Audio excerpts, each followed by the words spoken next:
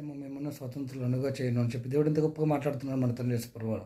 సత్యము మిమ్మల్ని స్వతంత్రులనుగా చేయను. నువ్వు సత్యంగా, నీతి, నిజాయితీగా, యథార్థంగా జీవిస్తూ వస్తే అదే నిన్ను స్వతంత్రుడిగా చేస్తుంది. నువ్వు ఎటువంటి స్థితిలో బాధపడాల్సిన అవసరం లేదు. నువ్వు ఎవరి దగ్గర కూడా భయపడాల్సిన అవసరం లేదు, బాధపడాల్సిన అవసరం లేదు. నువ్వు ఎవరికి సంజాయిచ్చే సమాధానము వాళ్ళ కిందకి వంగి నువ్వు ఎవరికి నువ్వు ముఖ్య అవసరం లేకుండా, అంటే మొక్కడం అంటే సమాధానం చెప్పి దిగి వాళ్ళ దగ్గర తల ఉంచి వాళ్ళ సమాధానం చెప్పాల్సిన అవసరం లేదు. కాబట్టి దేవుడు ఏ విధంగా నీతో ప్రత్యేకంగా మాట్లాడుతున్నాడు. కాబట్టి సత్యం మిమ్మల్ని స్వతంత్రులుగా చేస్తుంది. నేను స్వతంత్రుడుగా నువ్వు చేయకుండా ఉంటూ వచ్చినావంటే, నువ్వు స్వతంత్రుడిగా నువ్వు లేకుండా ఉంటూ వచ్చినావంటే నువ్వు అసత్యంలో ఉంటూ వచ్చినావు. కాబట్టి దేవుడు అటువంటి స్థితిలో నీతో మాట్లాడుతున్నాడు. కాబట్టి నువ్వు సత్యంలో, నీతి, నిజాయితీగా, యథార్థంగా, యోగ్యంగా దేవుని చిత్తం ప్రకారం నడుచుకుంటూ రావాలి బిడ్డని మాట్లాడుతున్నాడు మన గొప్ప దేవుడు, మన తండ్రి యేసు ప్రభువు. అదేవిధంగా దేవుడు మిమ్మల్ని స్వతంత్రంగా చేస్తూ వచ్చినాడు. సాతాను బంధకం, పాపం, శాపం, లోకం నుండి, పాపం నుండి, శాపం నుండి, అనేక రకాల బంధకాల నుండి నేను స్వతంత్రం చేస్తూ వచ్చినాడు. కాబట్టి అటువంటి దాసత్వం కిందకి నువ్వు పోకుండా ఉండాలని చెప్పి దేవుడి దగ్గర మాట్లాడుతూ గొప్ప ప్రేమించుకుంటూ దేవుడి దిగి వస్తూ వచ్చినట్టు గొప్ప ప్రేమతో ప్రేమిస్తూ వచ్చిన మన తండ్రి యేసు ప్రభువు.